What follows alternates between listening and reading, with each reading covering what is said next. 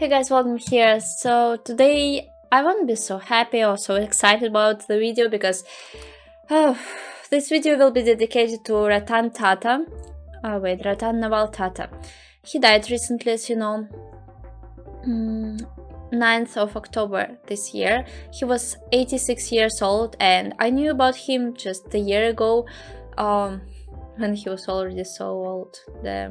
Okay, so I didn't know him before, but I watched some videos that time and I knew about his huge company and huge companies in this company and just how he started it all and how it affected the world, almost all of the countries, and just he made such huge difference in the working field, in the production field, and he was just a nice person, he was just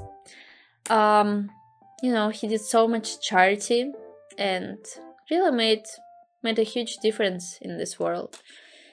Okay, well, we'll watch a video remembering veteran industry Ratan Tata legacy. Let's just watch it. How would Ratan Tata like to be remembered? Very quickly, what I said earlier, I'd like to be remembered as a person who made a difference. Not anything more, not anything less. You're active on social media. You're on Twitter. You're now also on Instagram. Really? Are you enjoying that experience? And you said previously that there's nowhere to escape from the virus and from the pandemic. But with the vaccination and hopefully with the world opening up, where would you like to escape to? If I think about how would I like to be remembered, Hmm. I would like to be remembered as a person who was able to make a change, Hmm. uh, who is able to be responsible for some change in the way we looked at things. What that might be spelt out as, I can't really say, because I have a feeling that that's going to just happen one day, where you become the innovator of something that people have talked about and not done. And you have found that little alley that enables you to do something which people thought was unviable and not possible. That would be an immensely um, exciting area to be in. And if one could have that satisfaction of saying, I enabled an artificial eye to be Mhm. created, or I enabled X or Y or Z to happen, that to me, even if it were not financially the most successful, what it brings to the world would be exciting to a person like me. You're probably looking at a bunch of decks and investable opportunities on a daily basis, Mr. Tata. What has wowed you, or what wows you today as you look at opportunities? Which are the sectors that you feel that you must back? Because you also said that this is an opportunity that people must capitalize on, and you can stretch the envelope to as much as you want. So, where do you believe the constraints lie? What is wowing you today? How are you looking at the investment landscape? Well, I think first of all, you have to accept that you're going to have a choice of, let's say, 10 companies, of which 8 are going to fail. Hmm. They may fail for lack of investment, they may fail for a mistaken element, but that they're not going to be highly successful. And that's not going to turn you away from looking at enterprises, that you're going to continue the quest to do so, because 2 or 3 out of 10 are going to succeed. Or you hope that your vision enables them to succeed. Uh, there's no pro forma that tells you that you go down this checklist Mhm. that you're going to be backing a winning company.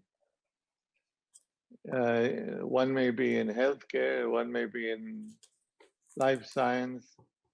You may have 4 or 5 in electronics. You can have unbelievable connections between, let's say, electronics and life sciences or nanotechnology, or these are actually areas of enterprise that have come from uh, these new areas of business and are going to continue to be exciting areas. And some of them, unfortunately, you get terribly excited about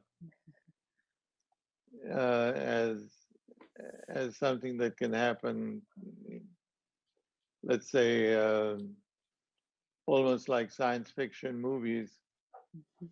You can see that this really could be so. You could have a telephone conversation with another person in another language and speak as though it's the same language that you're talking in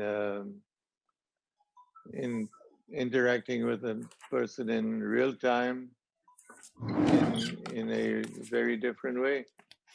And it may seem again that this would be terrific, but it doesn't work, or it doesn't work with these founders.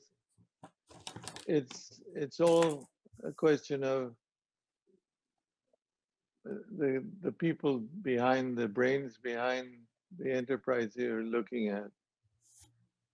And in my view, the the link that you have to the investor is,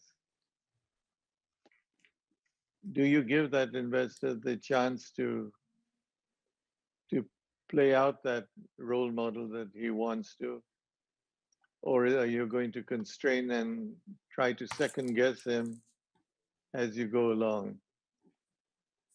Uh, Both have their pluses and both have their minuses. But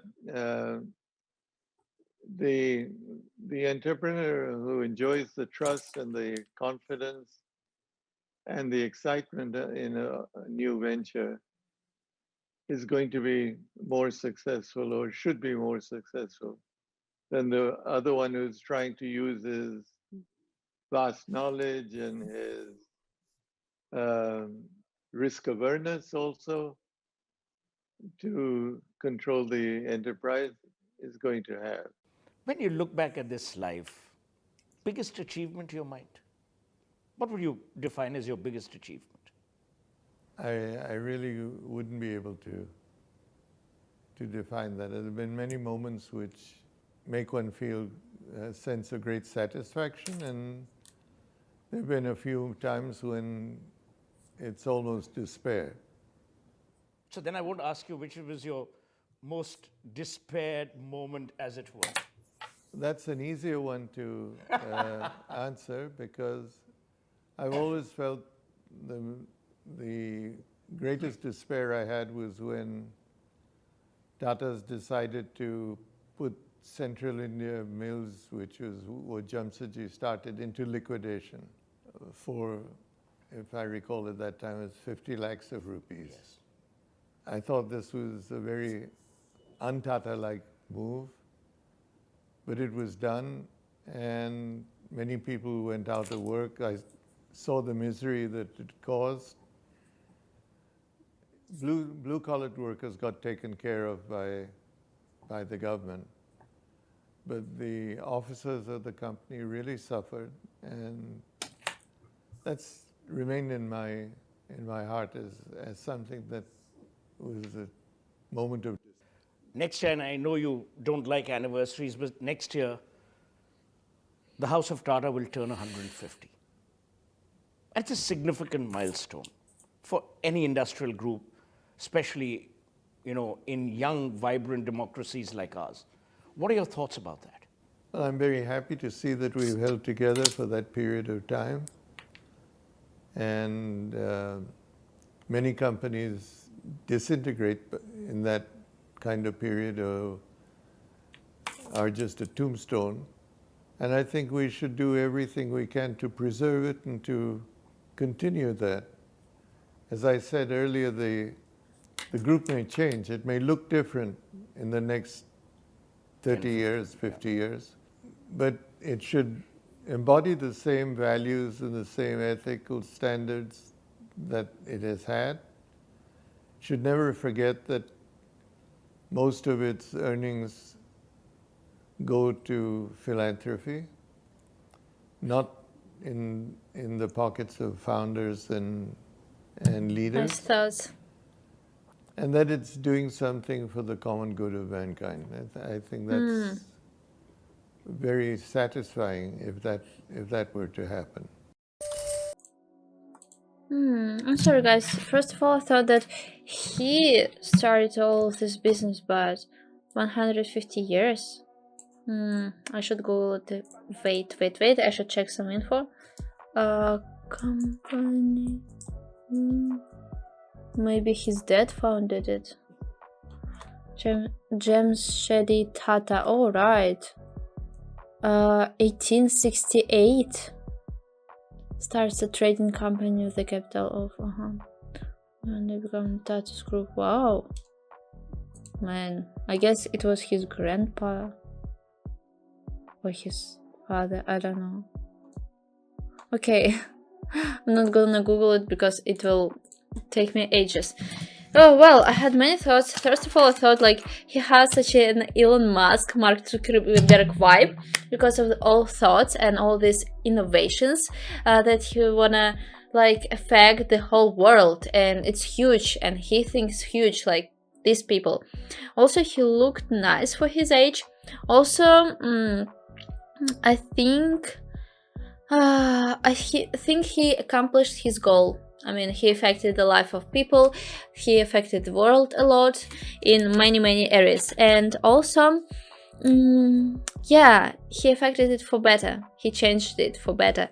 Also, investing was not really for me, these advices, but still he sounded like an investment advisor, and I think he just has a lot of knowledge about all this investments process, about companies. So I mean, that's what he was doing all of his life. And also, I think he was one of the richest people on earth, and his family.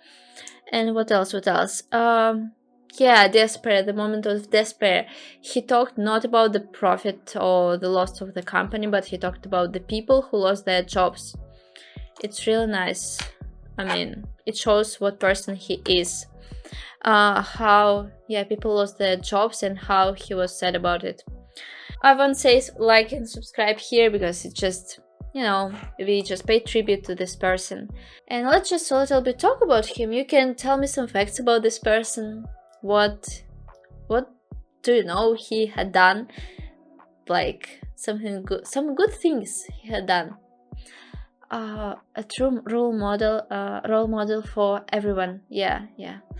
The one person who deserves to get the Bharat Ratna and has been overlooked. This is indeed great human being. Yeah, I loved his thoughts, especially at the end.